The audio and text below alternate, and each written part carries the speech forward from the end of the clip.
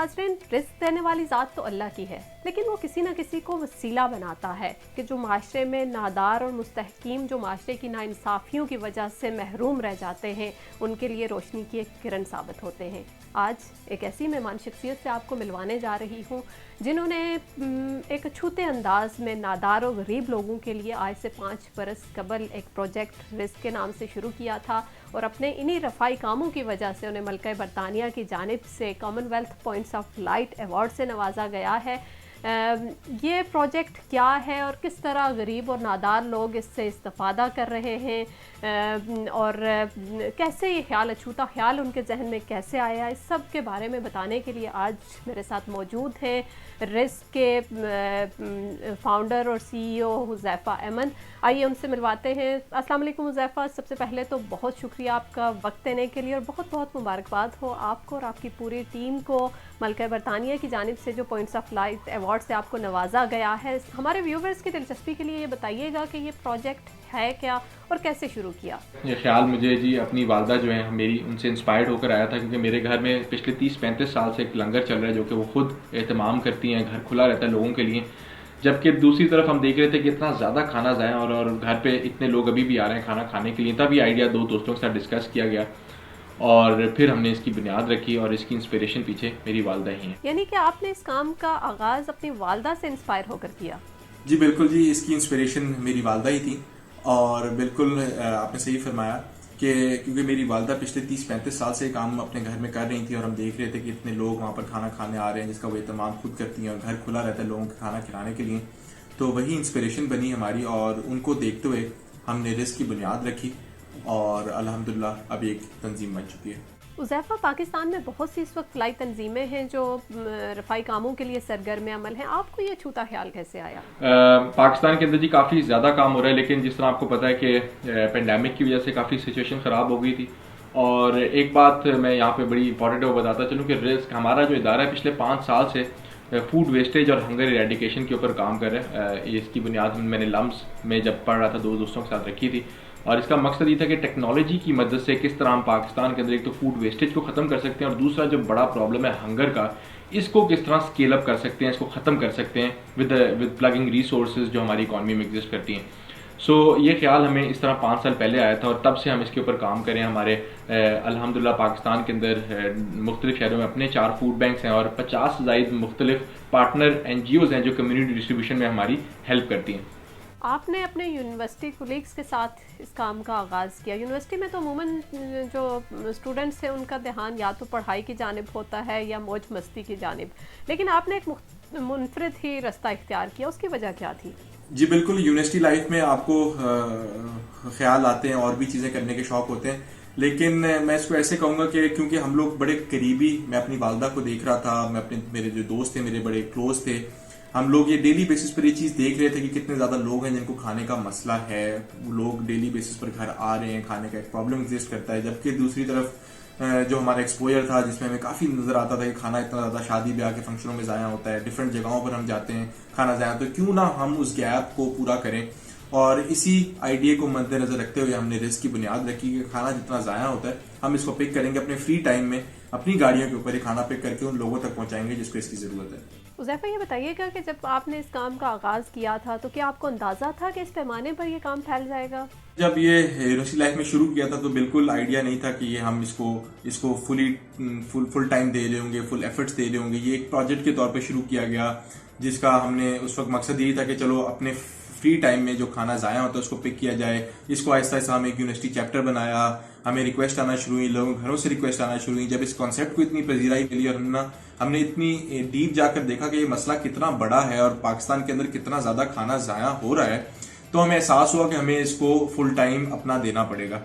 और फिर ग्रेजुएशन के बाद हमने अपनी सारी एनर्जीज इसके ऊपर लगाई और एक प्रोफेशनली इसको इक्विप किया ताकि हम इसको एक तंजीम बना सकें, एक इदारा बना सकें जो पाकिस्तान के अंदर फूड वेस्टेज और हंगर इरेडिकेशन के ऊपर बाकायदा काम करे।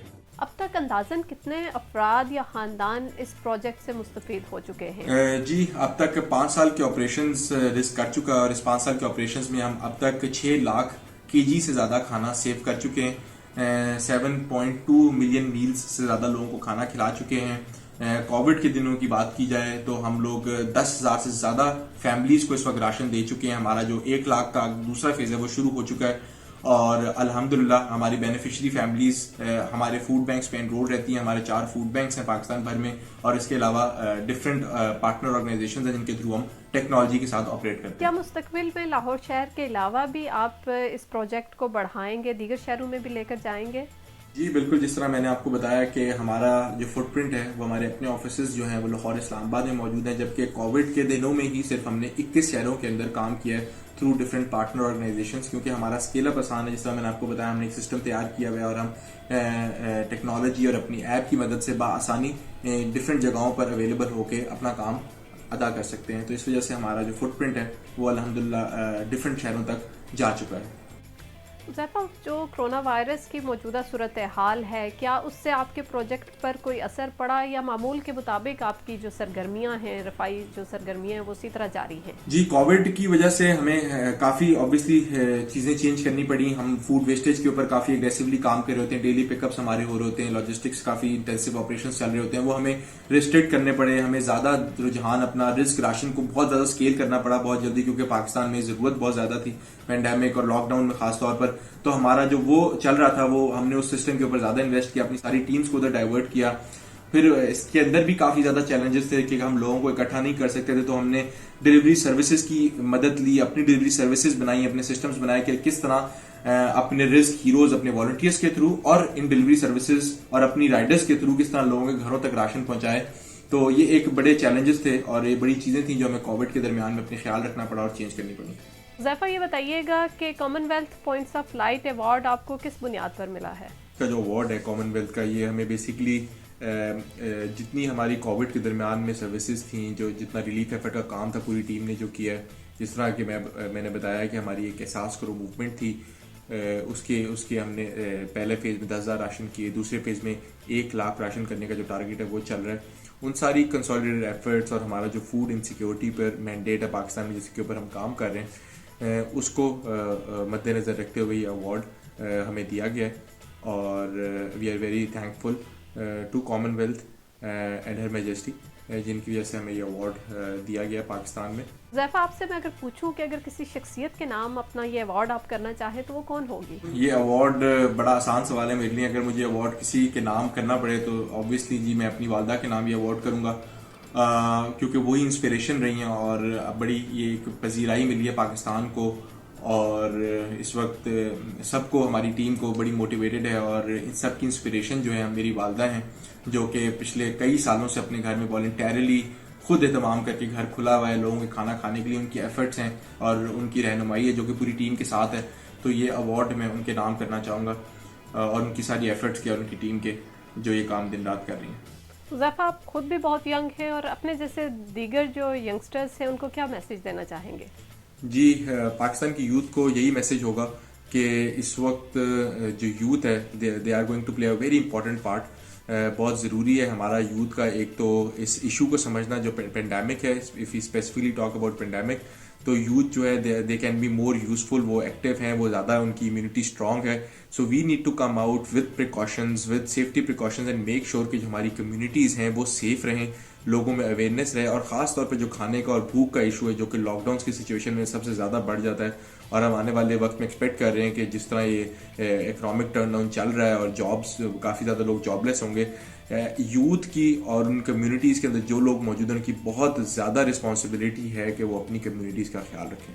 मुज़फ़्फ़र, बहुत ही आपकी तंजीम एक अच्छा काम कर रही है। आखिर में जाते जाते ये पूछूंगी कि अगर पाकिस्तान में या बैरून मुल्क आबाद जो मुखैर हज़रात हैं, अगर वो आपकी मदद करना चाहें तो किस तरह कर सकते हैं? जी, पाकिस्तान से बाहर बैठे जितने भी लोग हैं वो रिस्क को आसानी सपोर्ट कर सकते हैं, बहुत आसान है। हमारी वेबसाइट है sharerisk.com, उस पर आप जा सकते हैं, आप वहां पे डोनेट कर सकते हैं। अगर आप वॉलंटियर करना चाहते हैं वॉलंटियर कर सकते हैं, आप किसी किस्म का पार्टनर बनना चाहते हैं पार्टनर बन सकते हैं, मूवमेंट का हिस्सा बन सकते हैं। इसके अलावा जिस तरह मैंने आपको बताया कि शेयर रिस्क के पेज के ऊपर ही हमारी एक कैंपेन है स्टार अगेंस्ट हंगर, जिसमें हम इंटरनेशनल आइटम्स की बिडिंग करें। आप उस बिडिंग का हिस्सा बन सकते हैं जिसकी सारी प्रोसीड्स लोगों को खाना खिलाने में जाएंगी।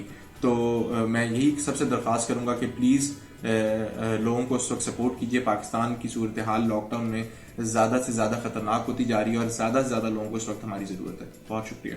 बहुत शुक्रिया मुज़ैफ़ा आपके वक्त देने का। और आप जैसे लोग मिशले राह हैं जो इंतहाई महदूद वसाइल के बावजूद जिस तरह इस कार खैर को सरअंजाम दे रहे हैं वो यकीनन काबिल तहसीन है। आपने जो दिया जलाया है उम्मीद है उसकी लो इसी तरह जलती रहेगी और वो हमारे आंगन यानी पाकिस्तान को इसी तरह मुनव्वर रखेगा। जाते जाते अपने देखने और सुनने वालों को कहना चाहूँगी कि जो भी रिस्क इस प्रोजेक्ट में अपना कार खैर डालना चाहते हैं वो इनकी वेबसाइट पर जाकर अपना उस पर तमाम तफसीलात मौजूद हैं। उसके अलावा इनके फेसबुक पेज पर जाकर जो मालूमात इनको चाहिए वो हासिल कर सकते हैं और अपना यकीनन इस जो कार खैर में अपना हिस्सा डालिए। एक नेकी के इस काम को इसी तरह जारी रखिए। बहुत शुक्रिया।